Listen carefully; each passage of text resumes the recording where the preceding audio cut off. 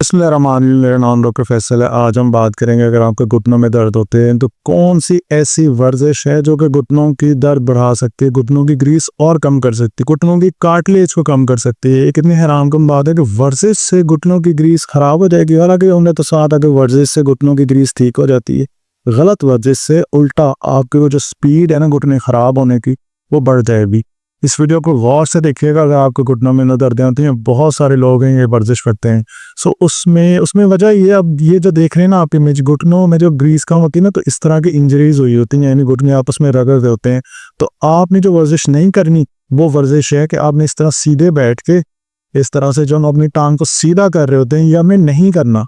ये हमने क्यों नहीं करना, उसकी वजह ये होती है कि जब आप इस तरह से मूव करें ना अपने घुटने को, ये देखें, जब अपने घुटने को मूव करें, बीच की रबड़ तो है नहीं, यानी ये वाली जो कार्टिलेज है, जो ग्रीस है, वो नहीं है। जब घुटना हिलेगा, जब मूव करेगा, तो क्या होगा, ऊपर वाली हड्डी नीचे वाली हड्डी के साथ रगड़ेगी।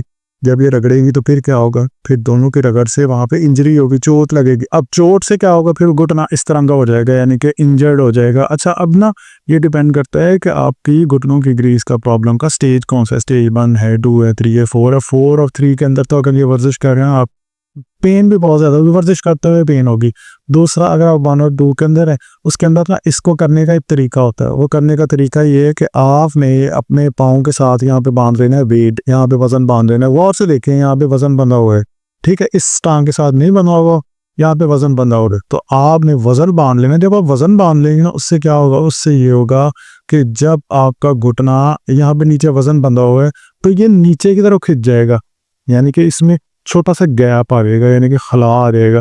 जब हमारे घुटनों में ग्रीस का प्रॉब्लम होता है तो हमारे घुटनों के बीच से खला खत्म हो जाता है। अब ये हमें कैसे पता चलता है घुटनों के बीच में खला खत्म हो गया, ये हमें एक्सरे से पता चलता है। तो जब आप इस तरह से बैठ के वेट लगा के अपनी टांग को अब नीचे की तरफ, आपका जो वजन है ना वो नीचे को खींच लेगा। अब आपने घुटना हिलाया तो आपके घुटने के ऊपर उस तरह से रगड़ नहीं आएगी। लेकिन फिर भी ये उन लोगों के लिए रिकमेंडेड नहीं है जिनको ग्रेड 4 का, आखिरी ग्रेड का ऑस्टियोआर्थराइटिस है। ये 1-2 वाले कर सकते हैं, उनके लिए फिर भी ठीक है, क्योंकि आप ग्रेड 4 के अंदर है ना, आगे जोड़ों के बीच की रबड़ इतनी खत्म हो चुकी है कि आप स्पेस देने की कोशिश भी करेंगे तो आसानी से स्पेस आएगी नहीं। सो एक तो ये होगा। अब हम ग्रेड अगर 4 के अंदर है तो फिर कौन सी वर्जिश करें, उसे कहते हैं नीट आइसोमेट्रिक एक्सरसाइज। ऐसी वर्जिश जिसमें मूवमेंट ही ना हो, जिसमें वो घुटने को इस तरह सीधा ही ना करे। ये ग्रेड 1, 2, 3, 4 सारे कर सकते हैं, और उसे ये आइसोमेट्रिक कहते हैं। वो कैसे कर सकते हैं, इस तरह सीधे लेट के एक बॉल ले लें, इस तरह भी सॉफ्ट सी आम में मिल जाती है, बच्चे इसके साथ खेल रहे होते हैं। सो इसको अपने घुटनों के नीचे रखें, इसको जोर से दबाएं, 10 सेकंड के लिए होल्ड करें, फिर छोड़ दें। ये वर्जिश आपने दिन में 3 से 4 दफ़ा, यानी हर 3 घंटे बाद, 4 घंटे बाद 10 दफ़ा करनी है। 10 सेकंड रोक रोक के आपके जो घुटने के इर्द गिर्द के पट्टे हैं बहुत अच्छे से स्ट्रेन हो जाएंगे। लेकिन अगर आप अपने घुटने को मोड़ रहे हैं, सीधा कर रहे हैं, और ग्रेड 3 या 4 के अंदर है, आपके घुटने और ज़्यादा ख़राब हो जाएंगे। आपने ये वर्जिश नहीं करनी। ऐसी वर्जिश नहीं करनी जिसके अंदर मूवमेंट हो रही है, ऐसी वर्जिश करनी है जिसमें मूवमेंट नहीं हो रही। जिसमें मूवमेंट नहीं हो रही इसे कहते हैं नी आइसोमेट्रिक एक्सरसाइज, और जिसके अंदर मूवमेंट होती है उसे कहते हैं नी आइसोटोनिक एक्सरसाइज। ये जो मैं इतने मुश्किल टर्म्स बता रहा हूँ इसलिए बता रहा हूँ, इसको गूगल पे सर्च करके देख सकते हैं कि नी आइसोमेट्रिक और कौन से तरीके हो सकते हैं कि जिससे मैं नी आइसोमेट्रिक कर लूँ।